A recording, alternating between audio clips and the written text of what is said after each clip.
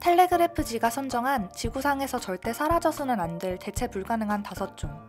식물성 플랑크톤, 영장류, 균류, 벌, 그리고 마지막으로 박쥐가 이름을 올렸습니다. 최근 신종 코로나 바이러스 감염증의 원인으로 박쥐가 꼽히면서 박쥐에 대한 인식이 좋지만은 않은데요. 하지만 박쥐는 지구 생태계를 유지하는 데 아주 중요한 역할을 하고 있습니다. 지구 동물계의 70%를 차지하는 곤충의 개체수를 조절하고 밤에는 활동하지 않는 벌 대신 식물의 수분을 담당합니다.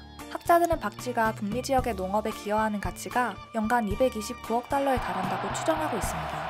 게다가 여러 전염성 질병의 원인으로 지목됐던 박쥐의 배설물은 동물 생태계를 형성하는 데 아주 중요한 역할을 합니다. 햇빛이 들어오지 않아 광합성이 되지 않는 컴컴한 동굴 속에서 수많은 미생물들에게 거의 유일한 영양분이 되기 때문입니다.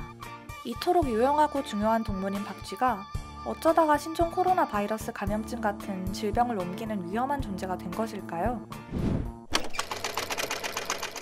가장 큰 원인은 박쥐들이 집단 서식을 하기 때문입니다. 우리가 흔히 아는 외롭고 쓸쓸한 배트맨과 달리 박쥐들은 축축해서 바이러스가 서식하기 딱 좋은 동굴 속에서 무리지어 생활합니다. 서로가 서로에게 바이러스를 옮기기 아주 좋은 환경이죠. 추운 겨울, 집단 생활을 하는 사람들이 서로에게 감기를 쉽게 옮기는 것과 같은 원리입니다. 게다가 박쥐는 다른 동물이나 인간에게는 치명적인 온갖 바이러스를 몸에 가득 담고 다니면서도 특별히 아프지 않습니다. 특별한 면역체계 때문인데요. 인터페론은 일반적으로 바이러스 감염 시 생성되는 특수 단백질로 항바이러스 효과를 나타내는 물질입니다. 박쥐는 이 인터페론이 병원균에 감염되지 않아도 지속적으로 생성되는 면역체계를 갖추고 있습니다. 언제든 감염에 대응할 수 있는 것이죠. 밤에는 최대 350km에 이르는 거리를 날 정도로 장거리 비행이 가능하다는 점도 박쥐의 면역체계를 튼튼하게 해줍니다. 박쥐는 장거리를 날 수 있는 유일한 포유동물인데요. 장거리 비행은 많은 에너지를 필요로 하고 그 과정에서 박쥐의 체온은 40도 이상 올라갑니다. 사람이 질병에 걸리면 열이 오르듯 높은 체온은 그 자체로 면역 반응인데요. 덕분에 박쥐는 슈퍼 면역체계를 갖춰 훌륭한 바이러스 저장고가 될 수 있는 겁니다. 이런 특성을 가진 박쥐는 포유류 중에 가장 많은 바이러스를 갖고 있는 종으로 알려졌습니다. 우리가 흔히 가장 더럽고 위험한 질병을 옮긴다고 생각하는 설치류가 한 종당 1.48개의 바이러스를 갖고 있는 데 반해 박쥐는 한 종당 1.8개의 바이러스를 갖고 다니며 이곳저곳에 퍼뜨립니다. 실은 박쥐가 퍼뜨리는 전염병이 문제가 된 건 100년이 채 지나지 않았습니다. 크게 2가지 이유 때문인데요. 우선 이전에는 인간과 박쥐가 섞여 살지 않았습니다. 인간 사회가 발전하고 더 많은 지역을 개발하면서 사람들은 이전에 살지 않았던 열대우림 지역까지 발을 딛기 시작했습니다. 바로 박쥐들이 주로 서식하는 곳이죠. 이렇게 박쥐와 사람들의 서식지가 겹치기 시작하면서 박쥐들이 갖고 있던 바이러스가 사람에게 퍼지고 문제가 되기 시작한 겁니다.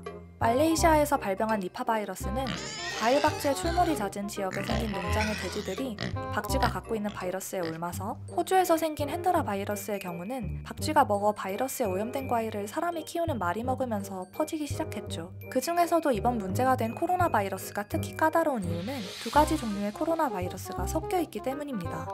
한 마리의 박쥐가 사람에게 유출돼 질병을 일으킬 수 있는 알파 코로나 바이러스와 베타 코로나 바이러스를 동시에 갖고 있는 경우가 흔하게 발견됩니다.